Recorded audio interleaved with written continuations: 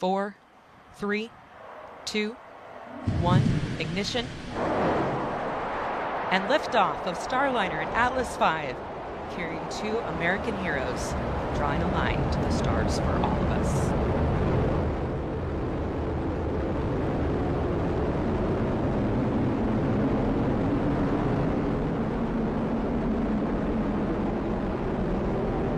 Commander Butch Wilmer, they're calling down to Mission Control here in Houston that the spacecraft has begun rolling into the right attitude for its ascent. The Guidance, Navigation, and Control Officer here in the room seeing good data on that.